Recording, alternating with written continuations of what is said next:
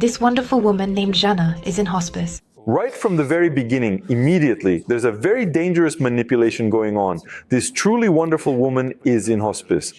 So, a person is dying, a person is terminally ill, but she is wonderful. I honestly find it difficult to understand what's so wonderful about that. It's horrible, it's a nightmare, it's a catastrophe. She is a wonderful person. So, right from the start, the message is, well guys, why don't you all go to hospice? You'll be wonderful. Everything there is just great. But that's not true. It's just a banal, well, right off the bat, deception and manipulation. Well, let me ask you this. Does the fact that she is sick mean that she is not a wonderful person? The fact that she is sick means that she has lost her vitality. Well, I agree with that. A person loses their vitality.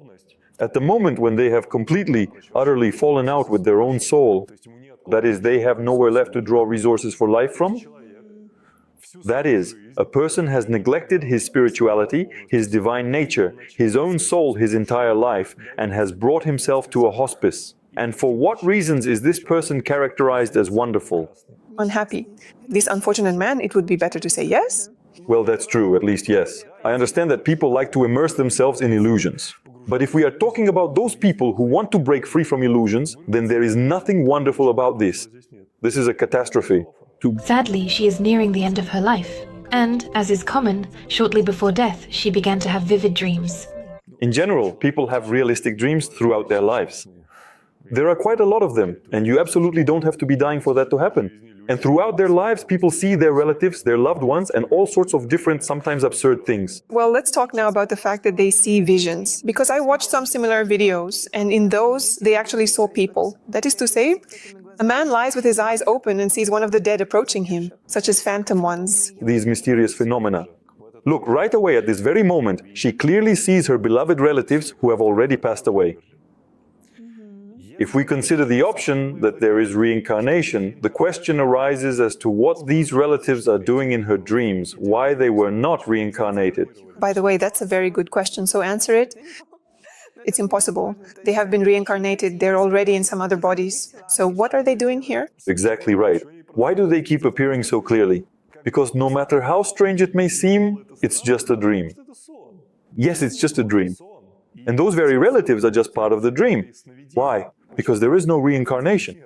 But could it be that these are a specific variety of phantoms from that timeline when they were still living, before reincarnation? I am well aware you're about to say that there are no reincarnations. Look, in general, there are informational fields. Within these informational fields, there are structures of all existing people. But they're like photographs, like mannequins. That is, they are not alive, they are not real, they are not conscious. So such a thing exists. This does take place. But here in the video, the information is presented in such a way that these are her real, actual deceased relatives. The relatives, again, the question is, what are they waiting for? Will she dream of them while she is dying or not? They should have already reincarnated, according to tradition. Well, you see, they even support and comfort her there, say some words, and even give orders. Go on.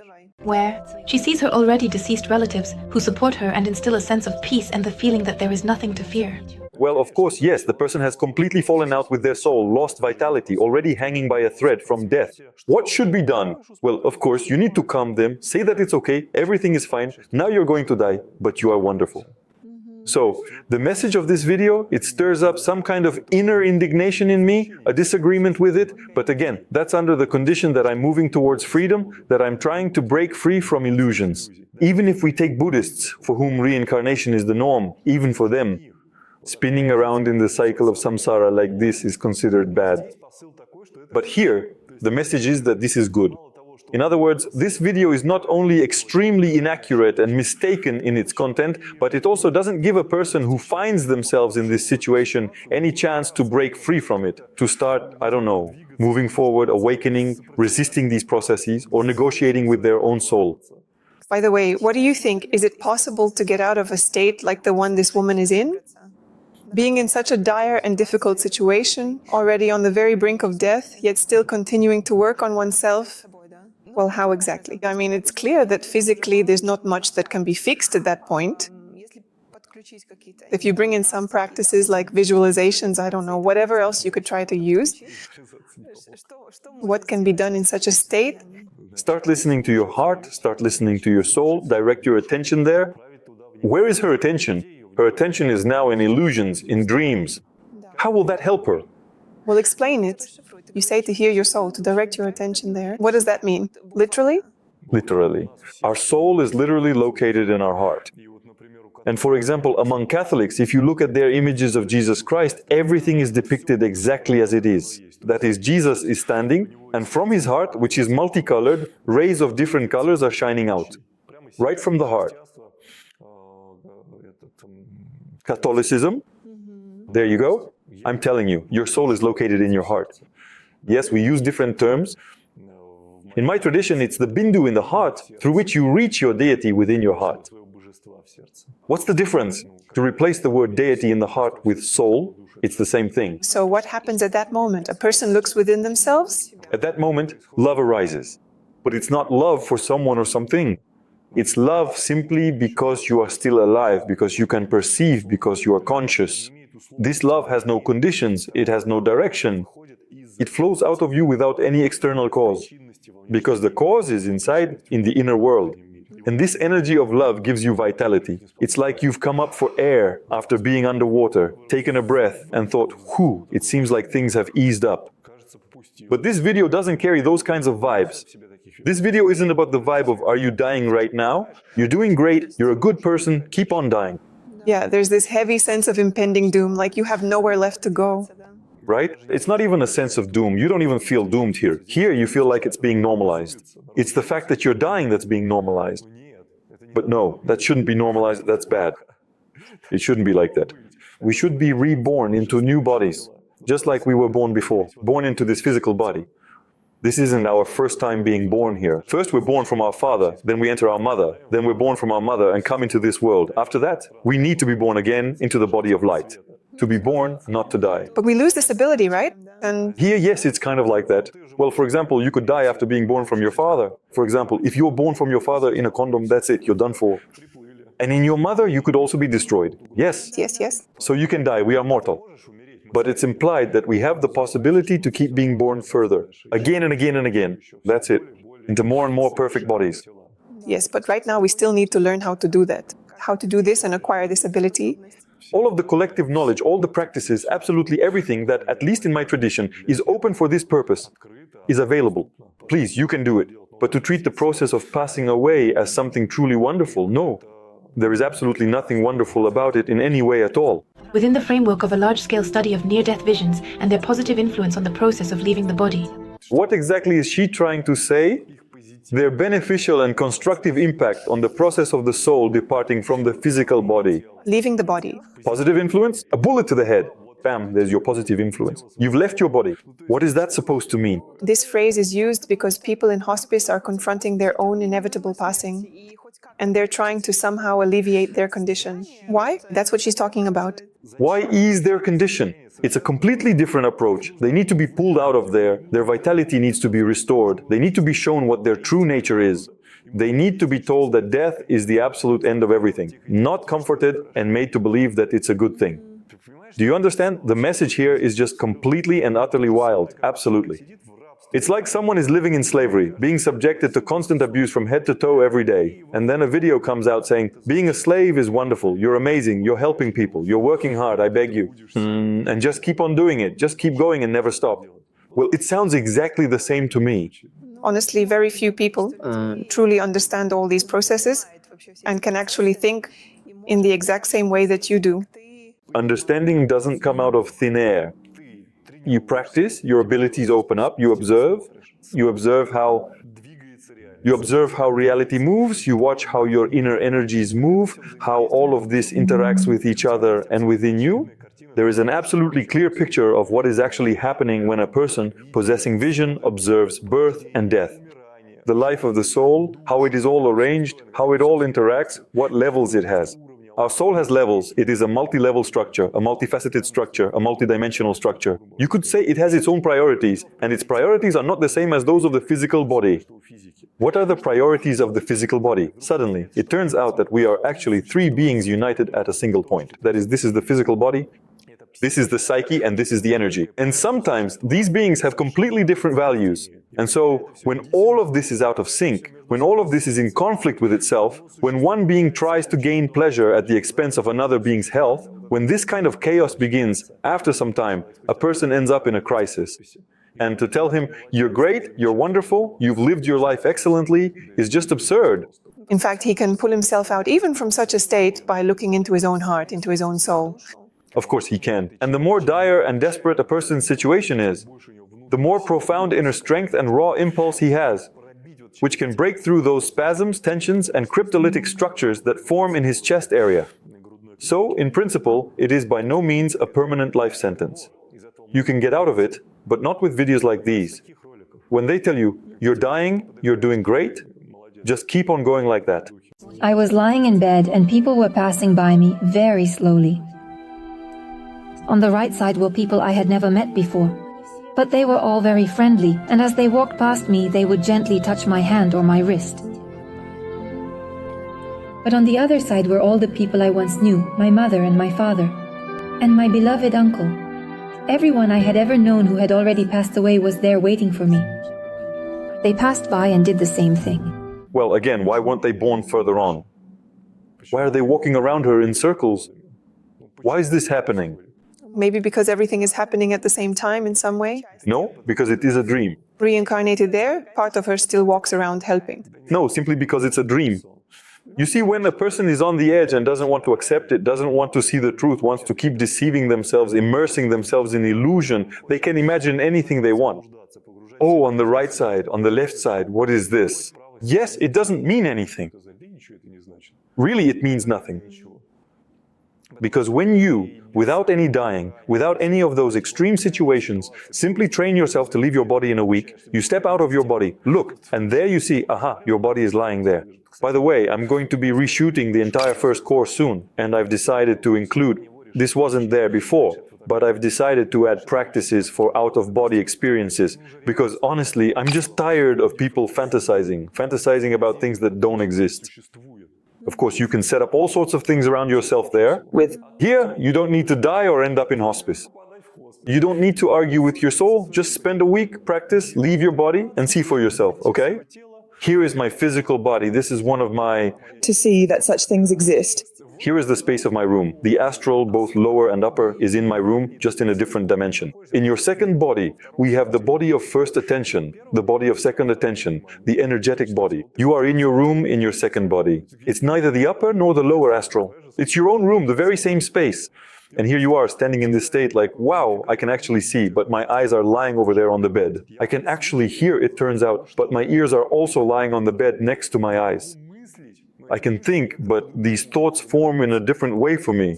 Because at that moment, the brain is in a state of REM sleep. So there, it's chaotic. Impulses fire randomly, yet you think clearly, structured and precise. I can move, although, again, all the muscles are currently relaxed. And so when a person enters and experiences this state, it's like, did he die? No, it seems he didn't die. He seems to be breathing, snoring through two nostrils. But here, you walk around, look around, go out, well, I don't know, maybe outside. But there, time is counted in mere seconds. But it's enough for you to walk around the room, go outside, fly out, jump out. You return to your body, jump up like, wow, I can't believe what I'm capable of. But this is not death. And All illusions disappear instantly. yes, and all these illusions vanish. And then, as you practice these things, you start to see other people, you begin to see energetic processes, you start to see how this world is structured, how it works. When a person who can see watches someone else die, oh, all the illusions immediately crumble. Oh, all those fairy tales instantly fall apart to dust. And there, he simply can't. He simply won't allow that kind of information around him to multiply like, death is good, it's normal, just relax. No, it's terrible, it's a catastrophe, that's it. You lose the ability to perceive. Neither in the first body, nor in the second body, because first the first body dies, that's it, you're already dismembered, already cut off. That triunity, gone, cut off. Then your energy body also starts to fall apart, because there's nowhere for it to draw nourishment from. Our physical body is constantly breathing. Inhale, exhale, everything is fine. You were recently in Tibet at 5,000 meters. You inhale and exhale, but it feels like it's not enough. You want to take another breath.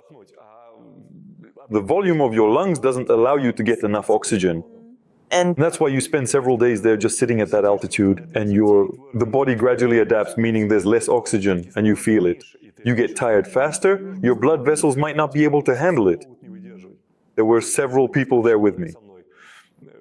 And each person went through these processes in their own way, adapted in their own way, experienced something unique. In other words, it's hard for a person, physically hard. It's the same with the energy body, except it doesn't breathe air. It breathes these currents that flow through the heart. That's what gives it vitality. These are the streams of consciousness that come from the soul. And that's how the energy body lives. It breathes these energies, lets them pass through itself, releases them, lets them pass, releases them. Now imagine that you want to take a breath, but you no longer have a soul. That's it. This channel of connection is severed. That's death. So when they paint everything here in rosy colors, even if you just look at the video itself, no, that's not how it is at all. Let's continue. I thought it was a good dream, but my God, I remember every detail of their faces.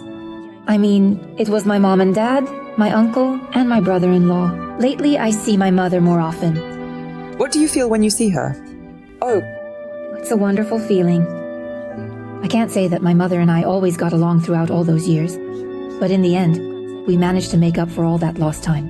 All right then, let us go ahead and continue watching this video's topic. When my grandmother passed away, I already had extrasensory abilities, I was already having out-of-body experiences, and basically I was able to perceive these processes. and So I have a very distinct and clear understanding of the difference between my grandmother in dreams and the real one who has now departed from this world. And I personally witnessed this entire transition. I didn't even quite understand what I had seen. So I woke up in the morning feeling really puzzled, wondering what had just happened. And then there was a phone call, a message about it. That grandma, she passed away during the night. And for probably another week and a half or two, periodically, not constantly, but from time to time, I could sense her. That is, she would find me in space, in her energetic body. Her energetic body didn't fall apart right away. Yes, she lost her physical form, but her energy, her energetic body, astral body, call it what you will, continued to function. And she continued to exist in it, to live, to be aware, to interact with me, because I could sense her. She was in contact with me. And she would come, and in these, let's call them altered states of consciousness, because it's neither sleep nor wakefulness. This happened mostly at night. For example, I would wake up, then drift back into this borderline state, and I would start to perceive her clearly. She would talk to me, and she would make all sorts of complaints. What I did wrong, what I did right, what she wanted to happen next, So in other words, we had a dialogue, a real, absolutely genuine dialogue. My perception of her, yes, at that moment she was still energetically alive. She was a person. so it was her consciousness. Yes, it was her. She was really just as much a person as you or anyone else, only not in a physical body, but purely energetic form. I had to make a conscious effort to perceive her. If I didn't make that effort, I simply wouldn't see her. But for her, it's easy to perceive you. So she can communicate with you. Well, Of course. from there, you see with your eyes just the same as you do here. In fact, from there, from the energetic body, this world is seen even more clearly than with physical vision. That is, with physical vision, you see this world worse. These are also some of the main peculiarities of these out-of-body experiences. But she no longer had a physical body. And for about another week and a half or two, we interacted, communicated. I made an effort to reach out to her, to hear her, to see her. And at some point, it all just suddenly ended like that. That is, I saw how she dissolved, disappeared. I saw it. And I had dreams about my grandma. But that was just a dream. There was no consciousness in her anymore, no personality. There were no longer those human vibrations in her. It was simply a dream. And so, my grandma, who came to me about a week and a half or two after her death, whom I saw at the moment of her death, in other words, she came to me at that moment. I saw it and I didn't even understand what was happening. It was a completely new experience for me. That was the state of a person. And the grandma from my dreams, not even close, not even similar. I was at the world-famous wax museum. That's about the exact same thing. An actual living, breathing person and a wax figure. And so what she describes, yes, like, I saw my mom there. But in reality, she uses the right words. They say, I had a dream, I dreamed. Yes, she had some tense relationships there, but her position was that she didn't want to develop it further, so it didn't develop. It resolved itself as well, again, according to her.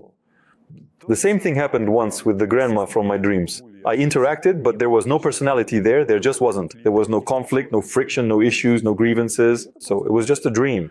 I just saw her in my dream. But during those 2 weeks, it was a real person. This person interacted with me. It wasn't a dream. It's a very big difference. According to you, consciousness lives for about 2 weeks or even longer, right? No. No. This here is a specific situation. The physical body and the energetic body. Yes. And consciousness lives within this entire conglomerate. Yes. This consciousness can exist in the energetic body, even when the physical body is still alive. This can be practiced and achieved. This consciousness can split, living in both the physical body and the energetic body at the same time. Our consciousness actually likes to split. I talked about this in the Practical Energetics course, about how it happens at an early age. It can split into as many as 7 parts. But that's a separate topic for discussion. When the physical body dies, technically dying, it gets cut off from the flow. It gets cut off from the soul. There is no soul in a corpse. That's it. It's like a connector. Just click. And it's pulled out. Just like in the movie The Matrix, they have a connector, and once it's unplugged, the body dies. If it's unplugged at the wrong time, it's the same thing here. The soul, disconnecting this link from the physical body, falls away. But you still have your energy body lift. And your entire consciousness, boom, has flowed into the shimmering energy body. Now you are a ghost. And as a ghost, you will live exactly as long as you have vital resources remaining. And this resource is stored in the 12 centers of the joints.